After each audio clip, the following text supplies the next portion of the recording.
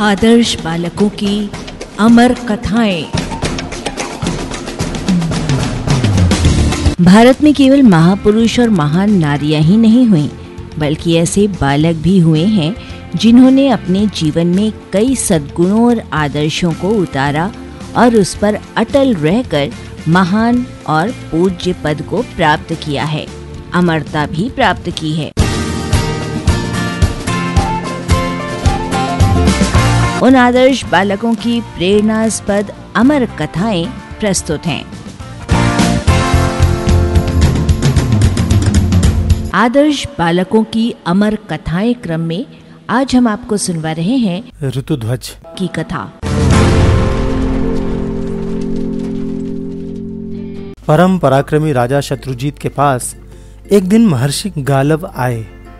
महर्षि अपने साथ एक सफेद रंग का दिव्य अश्व भी लाए थे। राजा ने महर्षि का विधिवत स्वागत किया और पधारने का कारण पूछा। तब महर्षि ने बताया, एक दुष्ट राक्षस अपनी माया से सिंह, बाघ, हाथी आदि वन पशुओं का रूप धारण करके बार बार आश्रम में आता है और बात की बात में पूरे आश्रम को नष्ट भ्रष्ट कर जाता है। आप उसे अपने तपो तेज से समाप्त कर सकते हैं भगवान। हाँ, मैं क्रोध कर उसे भस्म तो कर सकता हूँ, लेकिन ऐसा करने से मेरी तपस्या के तेज का ह्रास हो जाएगा। हम लोग बड़े कष्ट से जो तप करते हैं, उससे अर्जित पुण्य का इस तरह नाश नहीं कर सकते। फिर उसे समाप्त करने का और क्या उपाय हो सकता है? सारा उपाय करके ही मैं आपके पास आया हूँ। महर्षि ने साथ लाए घोड़े की ओर संकेत कर कहा। हमारे क्लेश को देखकर सूर्यदेव ने कुवलय नामक इस घोड़े को हमारे पास भेजा है। सूर्यदेव ने अवश्य किसी उद्देश्य से ही इस घोड़े को आपके पास भेजा होगा।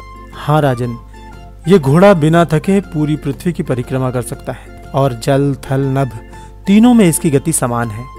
इस घोड़े को हमारे पास भेजने के साथ ही देवताओं ने कहा है कि इस घोड़े पर बैठकर आपके पुत्र ऋतुध्वज ही उस असुर का वध कर सकेंगे। इसीलिए मैं आपके पास आया हूँ। अब आप अपने राजकुमार को हमारे साथ भेजने का कष्ट करें। इस अश्व को पाकर वे संसार में कुशल याश्व नाम से प्रसिद्ध होंगे। मेरे पुत्र ऋतुध्वज को धर्म एवं सत्कर्म की रक्षा के योग्य समझा गया।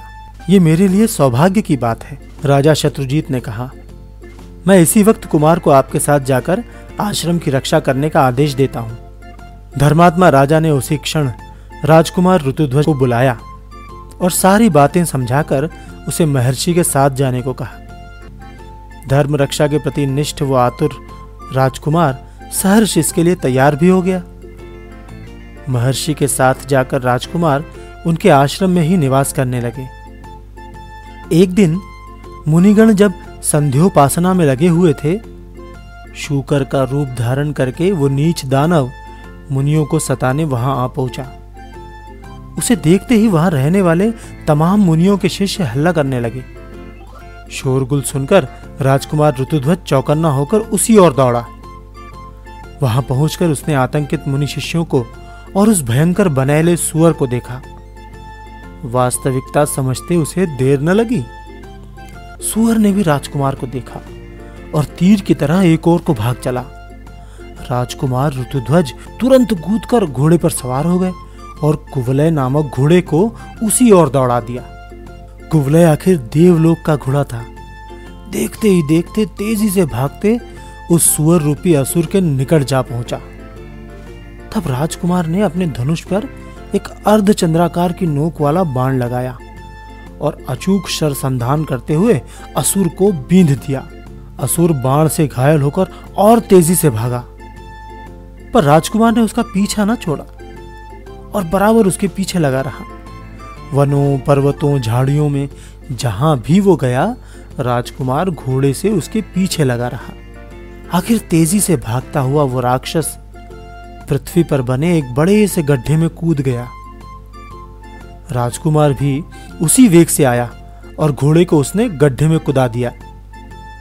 वो पाताल लोक पहुंचने का मार्ग था।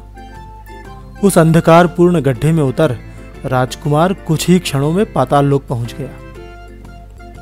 स्वर्ग के समान सुंदर पाताल में पहुंचकर ऋतुध्वज ने घोड़े को एक स्थान पर बांध दिया और चारों ओर दृष्टि दौड़ाई। सामने राजमहल जैसा एक विशाल भवन था। राजकुमार उसी में प्रविष्ट हो गया। अलौकिक साज सज्जा से युक्त उस जनरहित भवन के कई कक्षों को पार करता हुआ ऋतुध्वज एक ऐसे कक्ष में पहुंचा जहां एक अप्रतिम सुंदर तरुणी को देखकर उसे चौंक जाना पड़ा। राजकुमार ने उससे पूछा कि वो कौन है और उस भवन में कैसे है। तब उस सुंदरी ने बताया कि वो विश्वावसु नामक गंधर्वराज की कन्या है और उसका नाम मदालसा है। दानव वज्रकेतु के दुष्ट पुत्र पाताल केतु ने स्वर्ग से उसका हरण किया था और यहां लाकर रखे हुए था। वह असुर उससे विवाह करना चाहता है।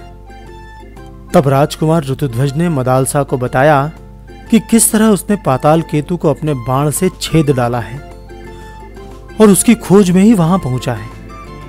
यह सुनकर मदालसा प्रसन्नता से झूम उठी और यह जानकर कि ऋतुध्वज राजपुत्र है तथा धर्मपरायण राजा शत्रुजीत का पुत्र है, उसने पति के रूप में उसका वरण किया। इधर राजकुमार ऋतुध्वज ने मदालसा से विवाह कर लिया और उधर पाताल केतु तक यह खबर जा पहुंची। वो अपने अनुयायी दानवों की एक बड़ी फौज लेकर क्रोध से भरा ऋतुध्वज का संहार करने चल पड़ा।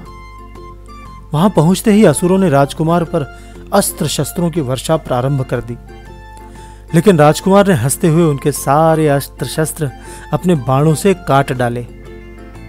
फिर त्वाष्ट्र नामक दिव्यास्त्र का प्रयोग कर उसने सभी दानवों को एक ही क्षण में नष्ट कर दिया।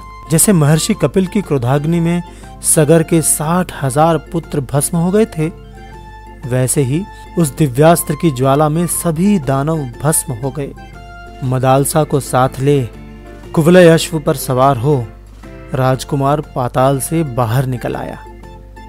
फिर वो आश्रम पहुंचा। मुनिगणों को पाताल केतु के वध का शुभ समाचार दे और उनका आशीर्वाद ले वो अपने राज्य की ओर चल पड़ा। उद्देश्य की पूर्ति कर अपने पुत्र को विजयी होकर आया देख उसके पिता राजा शत्रुजीत को बड़ा हर्ष हुआ। आगे चलकर जब ऋतुध्वज राजा बना तो कुवलयाश्व नरेश के नाम से प्रसिद्ध हुआ। उसकी पत्नी मदालसा भी परम तत्व की ज्ञाता थी। उसने ही अपने पुत्रों को गोदी में लोरी सुनाते सुनाते ब्रह्म ज्ञान दिया था। आदर्श बालकों की अमर कथाएं। प्रस्तुति लिब्रा वेलफेयर सोसाइटी।